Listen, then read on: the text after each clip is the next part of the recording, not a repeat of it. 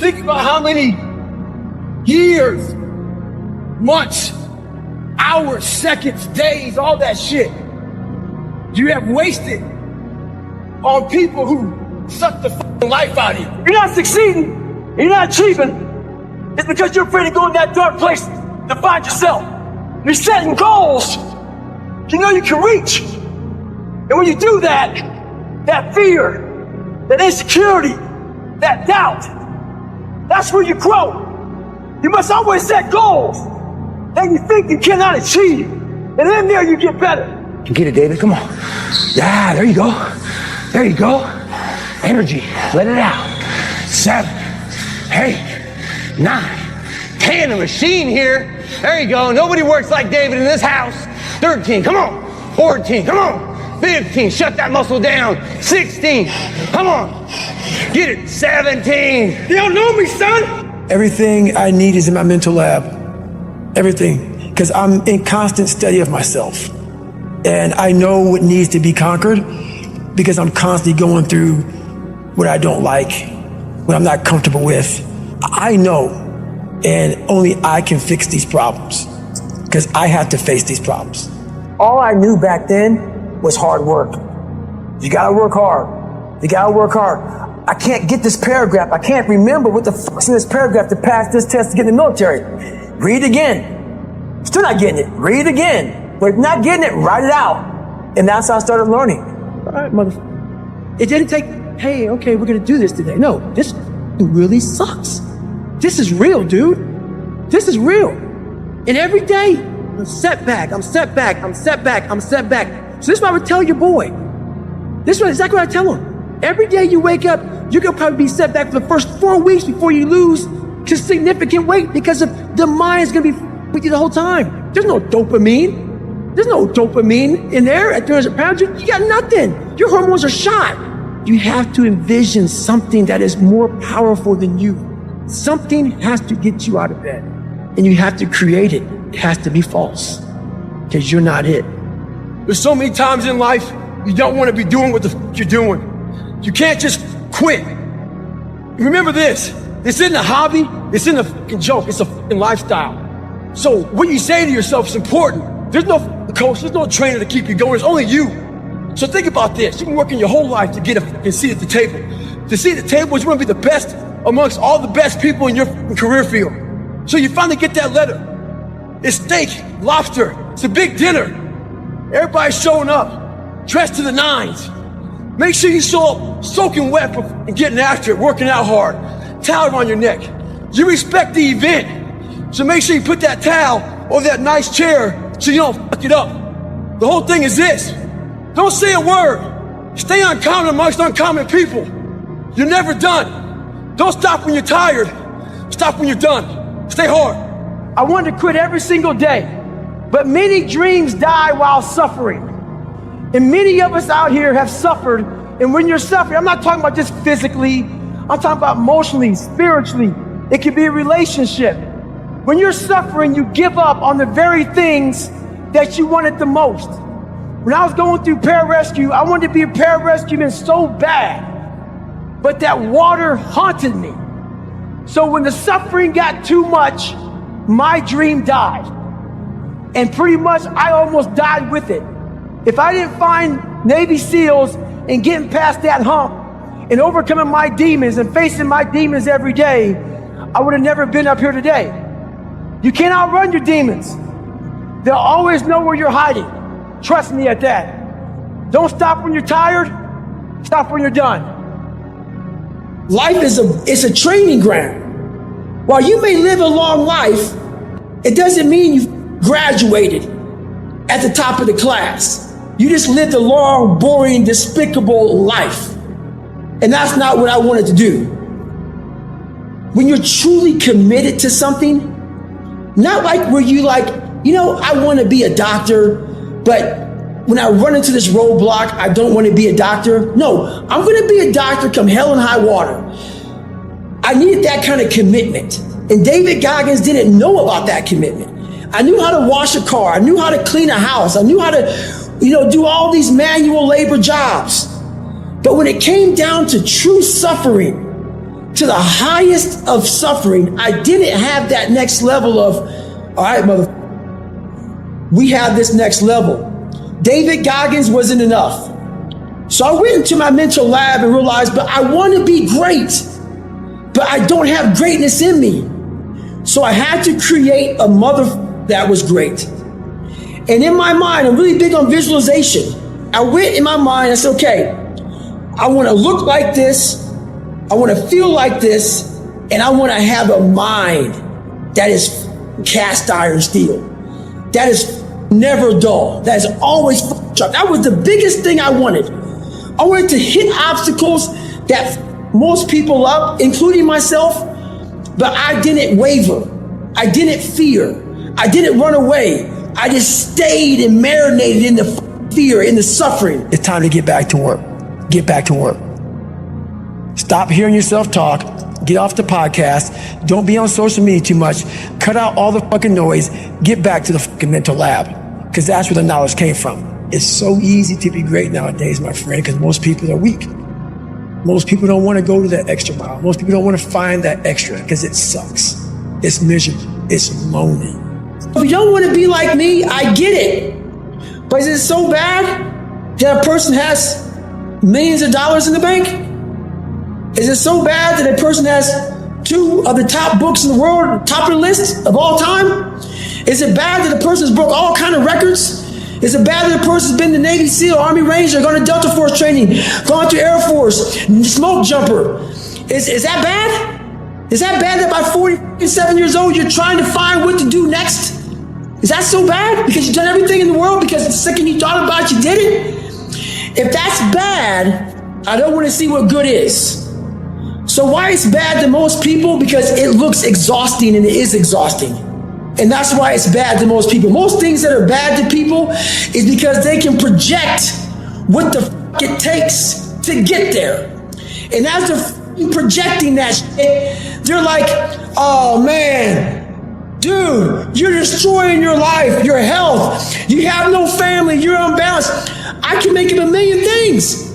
But what the real thing is, you projected what that shit looks like, and it looks like f***ing hell.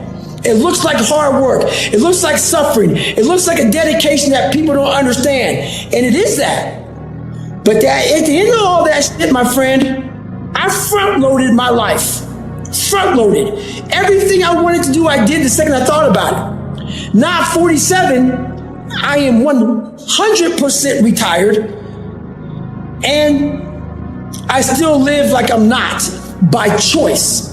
We have the ability to go in such a space if you're willing to suffer, and I mean suffer. Your brain and your body, once connected together, can do anything. There's a new bar that you must always set in your life. And once you become complacent and you become civilized, you've arrived, you're no good for anybody. Nothing is easy. Nothing just like, oh, I wake up and I just do this or I do that, or it just, no, I watch people every day go through life, and it's so easy. For me to be where I'm at today, it takes every bit of me. So when I speak about it, and as I get going here, you'll start seeing me, the tempo will rise, the passion will come out, because I'm back there. I'm doing what I do every day to become a human being. And so nothing is easy. Like running is running. It sucks, but you have a choice to make. Do you want to sit down and go back to that guy you once were? No. So this is what it takes. It takes that misunderstanding of people, and they'll never get it because they were never David Goggins. So that is what it takes for me to do what I do. It may take you something differently. It looks very ugly. There's no fucking passion. There's no fucking motivation. It's every day of your life just doing. I can't get this paragraph. I can't remember what the f*** is in this paragraph to pass this test to get in the military. Read it again. Still not getting it. Read it again. But if you're not getting it, write it out. And that's how I started learning. I can't swim. I'm negative buoyant. Go back again. I can't swim. Go back again. Go back again. Go back again. I got it. I realize if I keep going back and going back and going back until the shit just becomes, your mind will say, okay, we're going to figure it out, because he is not going to stop. It's not like I'm going to try one more time. No, it's just like alarm clock goes off, boop, we're going back. I can't read right, we're going back. I gave myself no way out, and my mind realized that. They said, okay, we're gonna adapt and overcome now. A lot of us wanna find peace first. So people say, man, you always talk about this suffering and pain and shit. I'm at peace right now because I went through that, right? You don't find peace first. If you do, Merry Christmas, more power to you. I found peace on the opposite end of finding myself. And no one really finds themselves without going through trials, tribulations, suffering, accountability. And accountability is suffering. Being accountable every day for doing right for yourself, for the people next to you, it's miserable. A lot of people who graduate Navy SEAL training, a lot of guys don't want to go back into that water. They want to go back into the hard stuff. When something sucks so bad in life, this is on this that we're talking about now. Very few people want to go back. They're happy they graduated. I realized I'm the same way. I don't want to go back. I have to go back. I must go back. Because that is exactly where all the knowledge of my life exists, was back there, and what you're talking about. Well, I didn't know anything about this, but how I grew a will was constantly doing these things. To now, it's just life. I wake up, while it still sucks, it's just life. You don't sit back and like, oh my God, like I have days I don't want to do it, but I know I'm going to do it. I know from years of just doing it. So that's beautiful. And human beings need to hear this. They need to stop hearing these hacks on this and that. There's no hack, bro. There's no hack. Yeah, you made this and that and saunas and all this shit yeah, it's great. There is no in life hack. To grow that thing, how do you grow it? Do it and do it and do it and do it. That's the hack. The hack is gonna suck. And that's what I realized. So you don't know what you want to be because you haven't spent real time with yourself. Spend time with yourself. Trust me. And once you find that passion, that purpose, your goals, your purpose, everything will just start lining up. And then you'll find the courage to start that journey. I don't quit. You know, I may not make it the first time, but I'll come back. I gotta call an audible. I gotta get my head back in the game. I gotta figure this shit out. It doesn't mean you leave. It means you study it more. And whenever I fail at something, people always say, man, how do you handle failure, man? I fail a lot, dude. I fail all the fucking time. They go, how do you handle it? What I'm trying to do, and this isn't being arrogant, man. It's being real. Not many people are trying to do. So there's not many people who can even open their fucking mouth and criticize me when I do fail. Because I'm trying to do shit, man, that many people aren't trying to do. But I don't look at failure as failure. I look at failure as your first, second, third, fourth, fifth attempt. I look at them as attempts. I don't look at anything as failure. Because when you're going to try to do something, not trying is failure. That's not some after school special. But when you're able to go out there is no failure. It's attempts. Because when you're trying to do something that's bigger than you, whatever you are, whoever you are, if you're paralyzed, you're trying to walk one step and you didn't fail, motherfucker. That was your first attempt. If that's your biggest thing, that's how your mindset needs to go into everything. So I don't look at it as failure is a big word that gets people down. We give so much power to words. I don't. I take the power right away. I didn't fail shit. And once you can silence all that bullshit, all the outside interference and things that are attracting your mind to everything, you can then start to grow. We want to skip forward to peace. Let's skip all this pain and suffering and misery of real life. Let's cover it over, nice big blanket, and let's find peace. No, sorry, it's not possible. You gotta go into that fucking hellhole of life that you have that fucked you up and fix it. And that's what I'm here to do. You must go to war with yourself before you find peace. I'm trying to give you tools on how to do that. And I'm not considering to smile and be happy about it. It's a hard journey. It's a real journey. It's a journey that's gonna take you way outside of being comfortable. You'll be very, very uncomfortable. You need to work harder. You need to discipline your mind better. We need to help people more than just saying it's okay. It's okay that you're not willing to help yourself out. That's not okay. It's not okay. It's not acceptable. I study the darkness. You find no fucking answers in the light.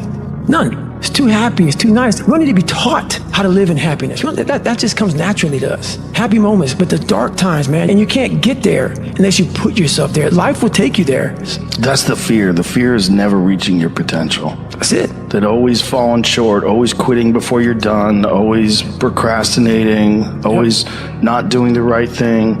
And then one day you're an old man. Yep. And you look back and go, God, I could have been great. Yep. I could have been great. There were so many times in my life growing up, I wanted to fit in. And I wanted to be part of a group. And I didn't have any want. And I didn't have that desire. So when you're trying to fit in, when you're trying to be cool, when you're trying to be whatever the hell it is, without having that internal dog, that fight, when things get hard in life, all you do is quit. When you have that internal in you, like I've developed over a lot of years, this dog, it starts to get built up in you, this fight, this warrior. And when things get difficult, you may not make it, but you come back. I wanted to be one of the 1%ers, not the 99%. I realized I had one life to live, and I have to live it. There's not two lives, there's one life. And all these things started happening to me. And then once that started happening, man, everything flipped. But that internal, it starts to build a voice in you that doesn't allow you to sleep in, doesn't allow you to take days off when you know that you're behind. It just keeps you in check throughout everything you're doing in life because it's not going to allow you to fail. But if you don't work on the inside of you, you will always have that nurturing voice that guides you where it's okay. It's always okay. And if I would have had that, it would have been okay to stay 300 pounds doing what I was doing. So that internal is everything. What the hell were you all waiting for to start attacking life? You waiting for the stars to align? Back when I was growing up, the song came out. All I need is a miracle. Well, guess what? That miracle ain't coming. There is no perfect time to start. You gotta start now with changing your life. We're all being tested in life. And guess what? The first step you have to do is face yourself and be accountable for what you're not. So then you can be what you want to be. I call myself fat because I was fat. And people don't want to do that. They want to say, oh, don't call yourself fat. Don't call yourself dumb. If you're not real and raw with who the you are, nothing's going to change. And in this nice new world that we live in, we want to hear, you're just a little big. No, man, you might be fat. How you address it is you face it. You face it every day. You face it every single day of your life where you say, okay, like if you're fat, you need to lose weight. It's patience. It's patience in this fact of accepting who you are right now. I'm fat. I don't like myself. Accepting the fact that if you lose 3 or 4 pounds, that's a huge accomplishment. Thicken your skin. Become more of a human being. Don't be afraid of the reflection in the mirror. Because that's all you can be afraid of. Once you overcome the reflection in the mirror, you've done it. This is one test you can't cheat on. We all have our own test. Some of us are obese. Some of us are insecure. In the military, we had this big old rucksack on the back. Had batteries, water, extra gear. Your extra gear is the shit you're dealing with in life. And the only way to overcome it is for you and you alone to face it. You have to do your best work when you're least motivated. So those days you don't want to do it, guess what you gotta do? You gotta suck it the fuck up and do it. Stay home. Come on, we want to see it. Good, 22. Who's gonna carry the boat in the law? I can't tell you how, because you're not gonna do it. But don't be mad. When you're laying there in your fucking bed, you're in the fucking hospital, and you're 70, 80, 90 years old, you're thinking, man, I feel like I can do something. Because you did. You didn't do it. You didn't do shit. So how did you get to where you are? I became feelingless. And what that means is I'm not saying turn off your feelings towards your family, your wife, your husband. I'm not saying that. Turn your feelings off when it comes down to you wanting to be better. Who's gonna carry the boat? What that means is when that alarm clock goes off, your feelings gotta go away. It's raining outside, it's cold outside, when you don't want to put those long hours in at work, that's what I'm talking about. Your feelings must go away. When you know everybody's gone home to their families, but you want to be the top salesperson in the world, or you want to be the best lawyer in the world, whatever the f- it is, when everybody leaves to go home, and there's only one light on in a building, a 15-story building, and only one office. Every office is dark. There's one office with one light on, and as those motherfuckers go from the club, they look up every day, 2 o'clock in the morning, they see that light's always on. That's the motherfucker right there you gotta be. You can't have feelings about when everybody leaves. Oh man, I wish I was going home with my beautiful family. That is true, but you gotta learn to shut your feelings off if you want to achieve greatness. We're only 1% away from true greatness. There's a big difference between 99% and 100. I always thought that I was giving 100%. I wasn't. But I was only 1% from making that money, from being where I want to be, from having everything in life that I've ever dreamed of. But it's that 1% that we sleep on. It's that 1% that we wake up in that morning and we're like, you know what? Not today. Maybe tomorrow. Well, guess what? That's why it's so easy to be great nowadays, because most motherfuckers are weak. And if all you do is when you are trying to hit that motherfucking snooze button on life, not in the morning, on life, just know this, all the it takes is thinking about all those weak motherfuckers who are taking a day off. And trust me, you will come up real fast. Like I say, it's easy to be great nowadays because motherfuckers are just weak. Very soft. I'm amazed at what a human being can actually do. I literally made this human being out of just like a whole bunch of scraps. And I started putting this scrap metal together. And after a while, I started learning more and more and more through pain and suffering, through all the failure I went through trying to build this person who was Goggins. The reason I get up every day, even though there's no race, or there's no school, there's nothing in front of me, is because I have pride in myself. A lot of people, wonder, how did you become this? How did you become so vulnerable? How are you doing a podcast now when you were this kid? You overcame things. You fought them. And now this is what happens. This is on the other side of overcoming. You become very, very powerful when you overcome yourself. I'm not gifted.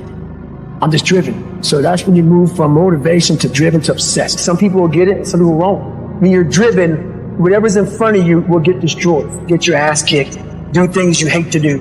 Be uncomfortable every day of your life. So you have to believe in one thing, and that is yourself. There's a lot of thought behind a person being a born loser, becoming who I am today. You don't just wake up and just Rocky.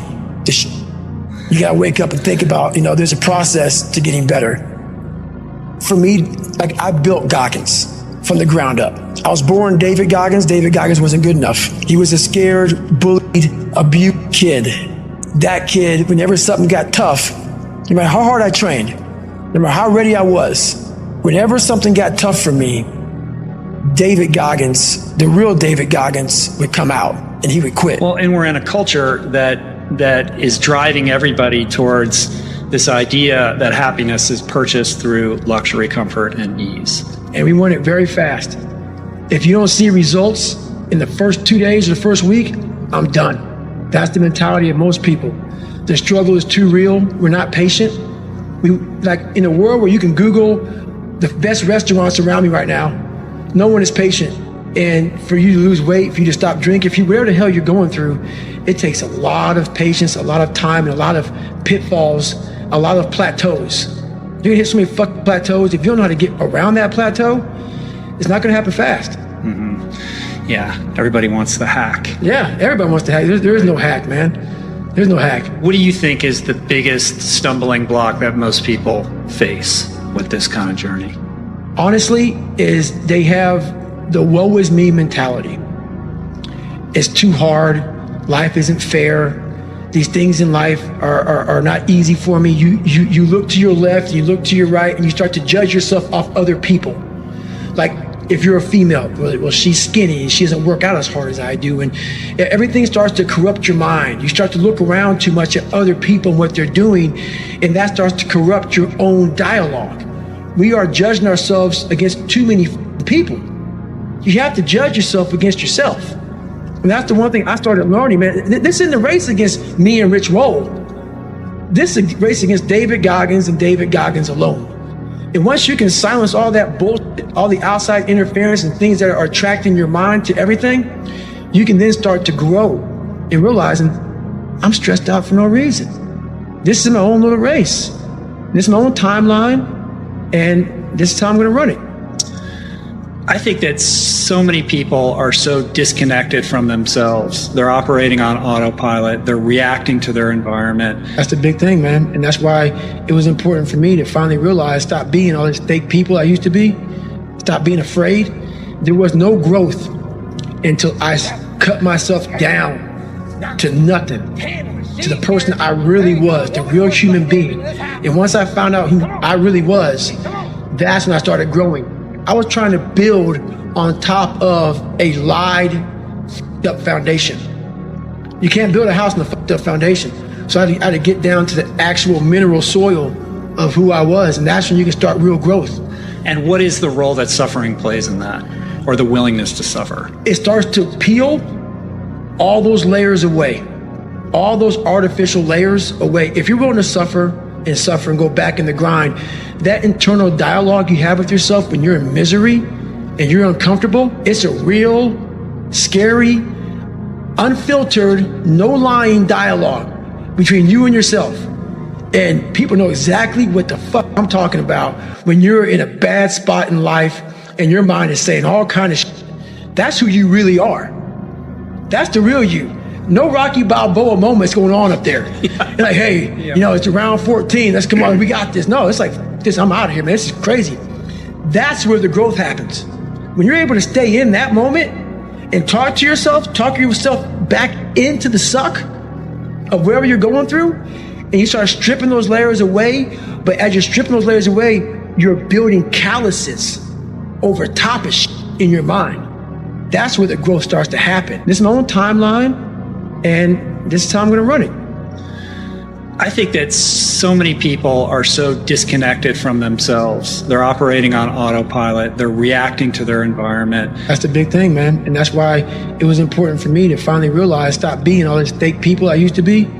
Stop being afraid. There was no growth until I cut myself down to nothing, to the person I really was, the real human being. And once I found out who I really was, that's when I started growing. I was trying to build on top of a lied, up foundation. You can't build a house on a fucked up foundation. So I had to get down to the actual mineral soil of who I was, and that's when you can start real growth. And what is the role that suffering plays in that, or the willingness to suffer? It starts to peel all those layers away, all those artificial layers away. If you're willing to suffer and go back in the grind, that internal dialogue you have with yourself when you're in misery and you're uncomfortable, it's a real, scary, unfiltered, no lying dialogue between you and yourself. And people know exactly what the fuck I'm talking about when you're in a bad spot in life and your mind is saying all kind of shit. That's who you really are. That's the real you. No Rocky Balboa moments going on up there. Yeah. Like, hey, you know, it's around 14. Let's come on, we got this. No, it's like, this, I'm out of here, man. This is crazy. That's where the growth happens. When you're able to stay in that moment and talk yourself back into the suck of wherever you're going through, and you start stripping those layers away, but as you're stripping those layers away, you're building calluses over top of shit in your mind. That's where the growth starts to happen, is when you have to force yourself to stay in it. You can't leave it. I see what is not the norm, what's impossible, what all the theorists say you shouldn't be doing this. That's the wrong way to go. And I'm like, let me see if I can pull this shit off. You will never in life meet a hater doing better than you. That's a fact. Ever. And said, that's what I want to be. I want to be that guy. I want to be a guy that's capable of doing exactly what I'm doing today. If you weren't born that guy, that mentally strong guy, he can be made. But in making that person, you have to be who you are every day of your life and never care about anybody who gets in your way that says you're not doing something the proper way. When you get beat as bad as I did, I lied all the time. I wanted to be accepted and loved and all that that I created about 50 people. Whatever you like, I like. Just be my friend. And that's where we get lost in life. You start to create a whole bunch of people that aren't even yourself. You never figure out who you are. You never live up to your dreams, your ambition. You live up to what whoever is around you that you like so much, that you want to emulate and be like so much, you live their dreams. You lose your power. You lose your power. The ultimate power is owning yourself. We all live in this world where our brains are keeping us in this box. Outside that box, on the other edge of suffering, is a world that's endless of opportunity. But we are afraid to go outside that box because in that box is comfortable. That's where all of our nice stuff, that's where the nice 4-lane highway's at. I know where the restrooms are at. I know where the gas stations are at. Outside that box, man, God gives you a shovel and says, man, start digging. That's not fun. But when you dig your own path to all kind of stuff that's unknown. And that's what I started realizing, man, like on the other end of this is some beautiful stuff. So I got outside my box and realized, man, 300 pounds, now look at me, I'm 185 pounds. And on the other side of the box was all this stuff. And I know it was over there until I climbed the wall and saw it. Where I got my work ethic from was the hours I had to spend learning this. When you sit down and you're not smart, and you have a disability, and you still want to be at the top of your class, I didn't want to just get by. When I realized that I can learn through hard work, and I can beat the valedictorian in school, but I got put in 10 hours more a day than he does. You know what kind of strength comes from that? When you're sitting down, that guy that valedictorian studied for an hour, and you know I caught you. I have the work ethic to catch you. That's where David Goggins got really invented. Was at a kitchen table with 20 spiral notebooks that were empty, and then they were full. And when you can go through that, I still have them in my storage unit. You go through these spiral notebooks of your life, and you realize this is how I learned. This is unbelievable. Mentality is the only thing that gets us through life. And the can't hurt me mentality is no matter where you come from, the sewer or wherever you think you're from. When I got out of the sewer, I got to the road and looked around and said, can't hurt me. Nothing should be able to hurt you. If you believe that, it starts to become true. We always fall back on what's comfortable to us. What's comfortable for me was, if it's easy for me, I'm gonna do it. And so when I was going through pararescue training, I ran up against an obstacle that I didn't think I was gonna run up, and it was the water. I hated the water. But I tried hard to get over that. And I would go to the pool and I would try, but my mind wasn't strong enough. David Goggins, even with all the discipline, I didn't have that next level. When you're truly committed to something, not like where you I want to be a doctor, but when I run into this roadblock, I don't want to be a doctor. No, I'm going to be a doctor come hell and high water. I needed that kind of commitment. And David Goggins didn't know about that commitment. I knew how to wash a car. I knew how to clean a house. I knew how to, do all these manual labor jobs. But when it came down to true suffering, to the highest of suffering, I didn't have that next level of, all right, motherfucker, we have this next level. David Goggins wasn't enough. So I went into my mental lab and realized, but I want to be great, but I don't have greatness in me. So I had to create a motherfucker that was great. And in my mind, I'm really big on visualization. And people may think it's all kind of bullshit. Believe what the fuck you want. I don't give a shit. This is the true shit right here, man. I went in my mind, I said, okay, I want to look like this. I want to feel like this. And I want to have a mind that is in cast iron steel.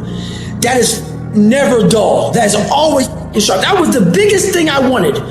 I wanted to hit obstacles that most people up, including myself, but I didn't waver. I didn't fear. I didn't run away. I just stayed and marinated in the fear, in the suffering. And through that, building Goggins, I will become Goggins when necessary.